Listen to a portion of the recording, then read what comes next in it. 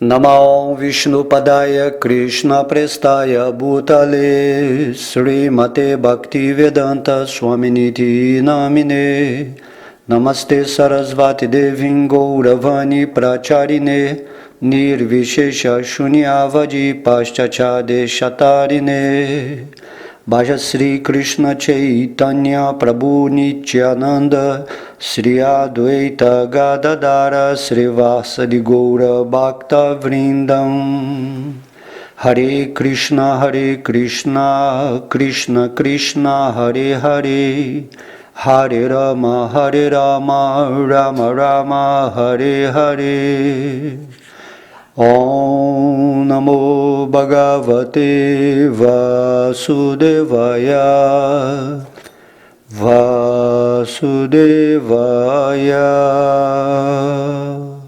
Haribol, todas as glórias devotas reunidos. Na aula de hoje falaremos o capítulo 14 do canto 3 do Srimad Bhagavatam, intitulado Gravidez de Diti ao anoitecer. Vamos então para o verso 1. Shukadeva Goswami disse: após ouvir o grande sábio Maitreya falar sobre a encarnação do Senhor como Varaha, Vidura, que havia feito um voto, pediu-lhe com mãos postas o obséquio de narrar outras atividades transcendentais do Senhor, uma vez que ele, Vidura, ainda não estava satisfeito. Sri Vidura disse: ó principal entre os grandes sábios, eu ouvi através de sucessão discipular que Hiranyaksha, o demônio original, foi morto pela própria forma dos sacrifícios à personalidade de Deus, o Senhor Javali. Qual foi o motivo, ó Brahmana, da luta entre o rei demônio e o Senhor Javali, enquanto o Senhor erguia a terra como seu passatempo? Minha mente está muito curiosa, e por isso não me sacio de ouvir a narração do aparecimento do Senhor. Portanto, por favor, fala mais ainda a este devoto fiel. O grande sábio Maitreya disse: ó guerreiro, a pergunta feita por ti é digna de um devoto, porque se relaciona com a encarnação da personalidade de Deus. Ele é a fonte de liberação da corrente de nascimentos e mortes para todos aqueles que, ao invés, estão destinados a morrer. Ao ouvir esses tópicos falados pelo sábio Narada, o filho do rei Utanapada, Dhruva, foi iluminado a respeito da personalidade de Deus e elevou-se à morada do Senhor, colocando seu pé sobre a cabeça da morte. Esta história da luta entre o Senhor como um javali e o demônio Hiranyaksha, eu a ouvi há anos atrás. Quem a descreveu foi Brahma, o mais elevado dos semideuses, quando lhe perguntaram os outros semideuses. Diti, filha de Daksha, estava atormentada pelo desejo sexual, pediu seu esposo Kashyapa, filho de Mariti, que praticasse sexo com ela ao anoitecer para gerar um filho. O sol estava se pondo e o sábio estava sentado em transe após oferecer oblações à suprema personalidade de Deus, Vishnu, cuja língua é o fogo sacrificatório. Naquele local, a bela Diti expressou seu desejo: ó sábio, Cupido está tomando de suas flechas e me atormentando violentamente, assim como um elefante louco agita uma bananeira. Portanto, sê bondoso comigo, mostrando-me completa misericórdia. Eu desejo ter filhos, e muito me angustia ver as opulências de minhas co-esposas. Se executares este ato, serás feliz. Uma mulher é honrada no mundo pela bênção de seu esposo, e um esposo como vossa graça ficará famoso por ter filhos, porque te destinas à multiplicação das entidades vivas. Há muito tempo atrás, nosso pai, o opulentíssimo Daksha, que era afetuoso com suas filhas, perguntou separadamente a cada uma de nós a quem preferíamos escolher como nosso esposo. Daksha, nosso pai e bem-querente, após conhecer nossas intenções, deu a mão de 13 de suas filhas a ti, e desde então nós todas temos sido fiéis. Ó pessoa dos olhos de lótus, por favor, abençoa-me satisfazendo o meu desejo. Quando alguém aflito se aproxima de um grande homem, suas súplicas nunca devem ser em vão. Ó herói Vidura, Dite, estando assim agitada pela contaminação da luxúria e, portanto, pobre e tagarela, foi apaziguada pelo filho de Marite com palavras adequadas.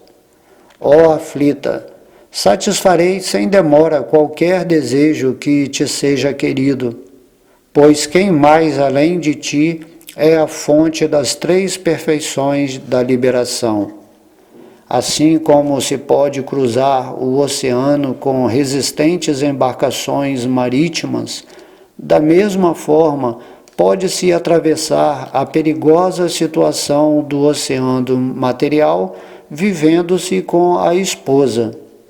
Ó mulher respeitosa, uma esposa é tão útil que é chamada de a cara metade do corpo do homem por causa de sua partilha em todas as atividades auspiciosas.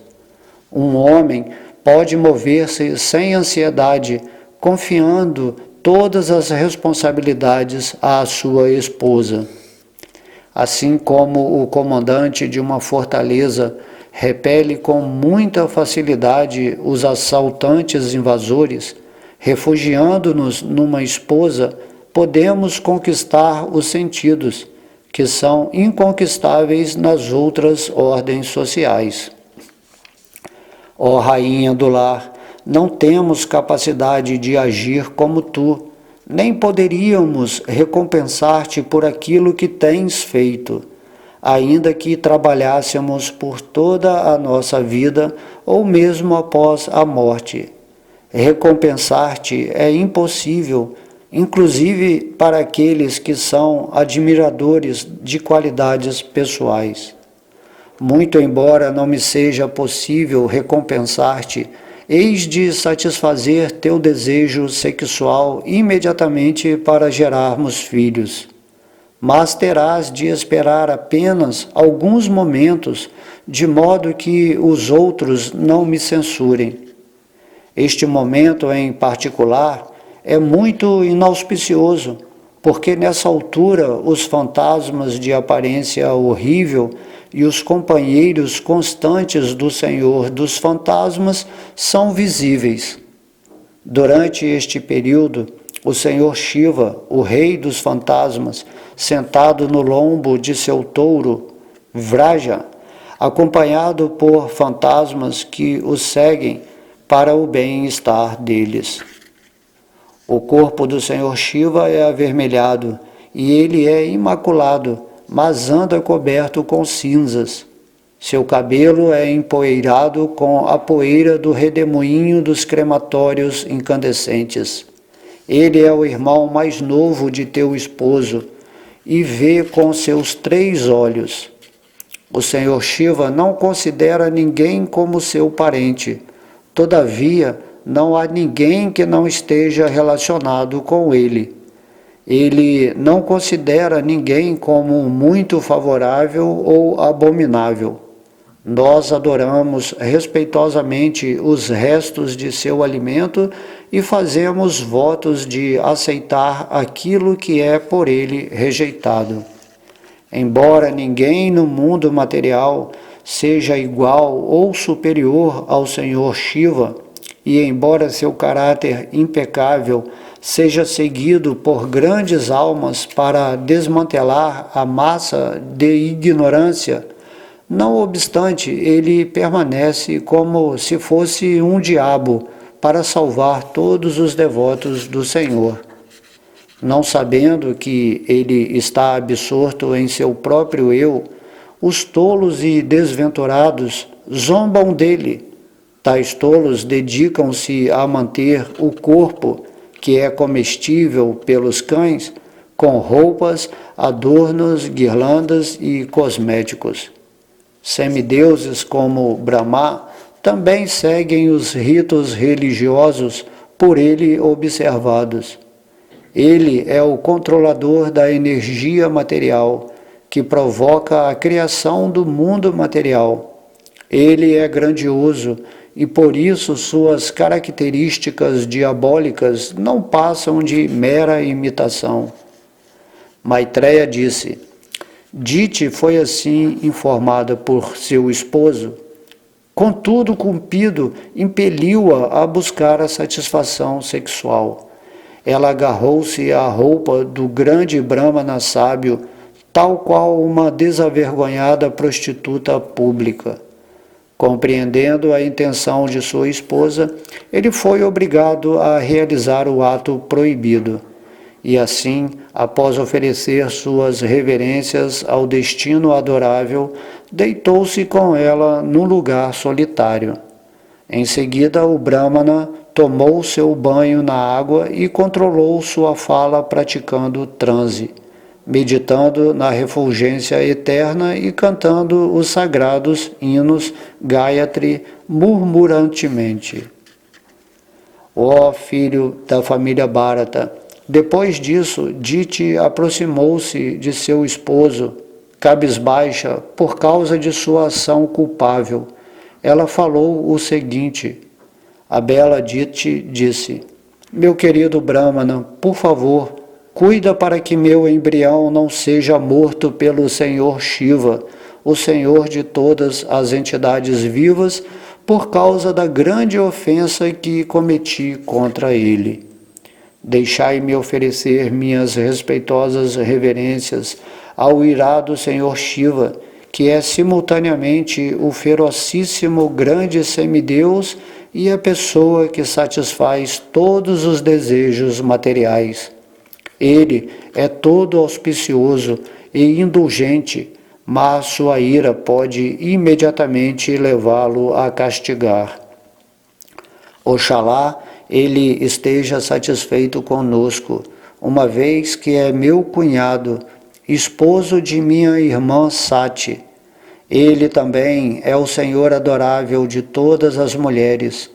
Ele é a personalidade de todas as opulências e pode mostrar misericórdia para com as mulheres, que são perdoadas mesmo por caçadores incivilizados.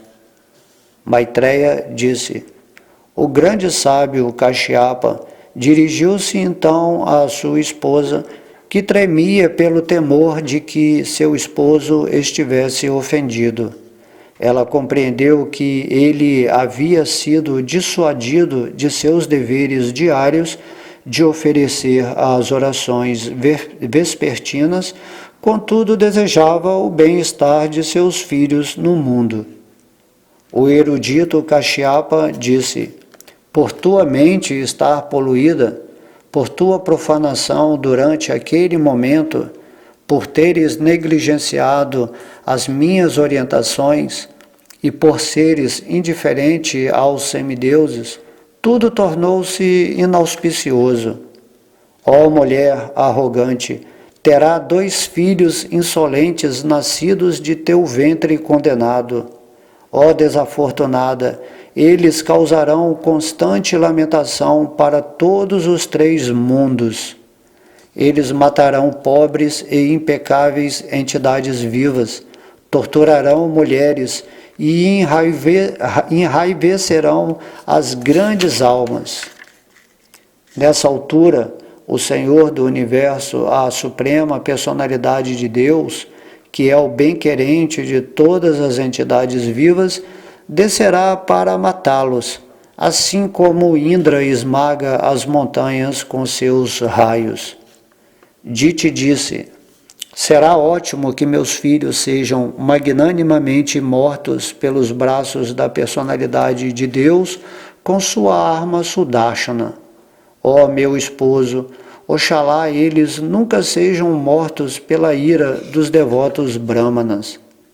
Uma pessoa que é condenada por um brahmana ou é sempre amedrontadora para outras entidades vivas não é favorecida, nem por aqueles que já estão no inferno, nem por aqueles situados na espécie em que ela nasce. O erudito Kashyapa disse: por causa de tua lamentação, penitência e deliberação adequada, e também por causa de tua fé inquebrantável na Suprema Personalidade de Deus e de tua adoração ao Senhor Shiva e a mim, um dos filhos, Pralada, de teu filho, Hiranyakashipu, será um devoto reconhecido do Senhor, e sua fama vai se espalhar igualmente junto à da personalidade de Deus. A fim de seguir seus passos, pessoas santas tentarão emular seu caráter, praticando o libertar-se da animosidade, assim como o processo purificatório retifica o ouro de qualidade inferior. Todos ficarão satisfeitos com ele, porque a personalidade de Deus, o controlador supremo do universo, sempre está satisfeito com um devoto que não deseja nada além dele. Este elevadíssimo devoto do Senhor, Pralada, terá inteligência e influência expandidas e será a maior entre as grandes almas. Devido ao maduro serviço devocional, de certo ele estará situado em êxtase transcendental e entrará no céu espiritual após deixar este mundo material.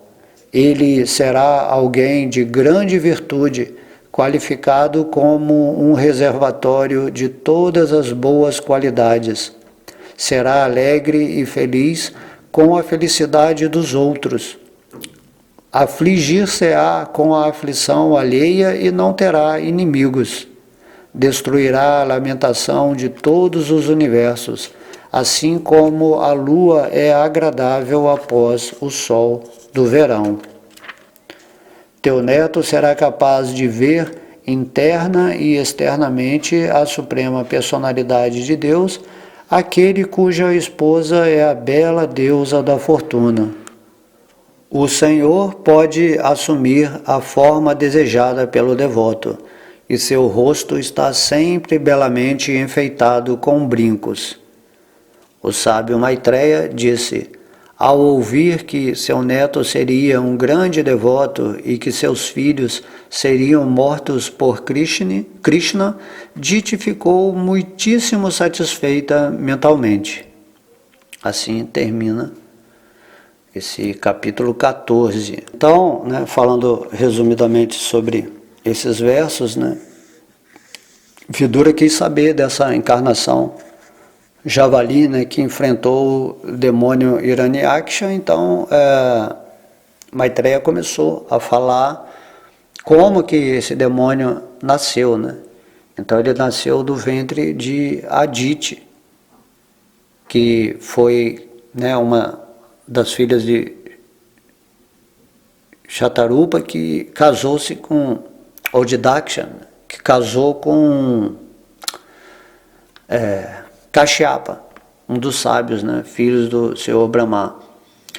E então o que ocorre é que ela quis ter filho com ele numa hora que não era apropriada, Ao anoitecer, dizem que, à noite, quando o Senhor Shiva ele está andando com seus súditos, com vários fantasmas, porque só a misericórdia do Senhor Shiva pode salvar esses seres umbralinos, fantasmais e espectrais, assim, vários seres acompanham ele, e essa hora era inapropriada para gerar filhos, Porém, ela estava muito luxuriosa, né?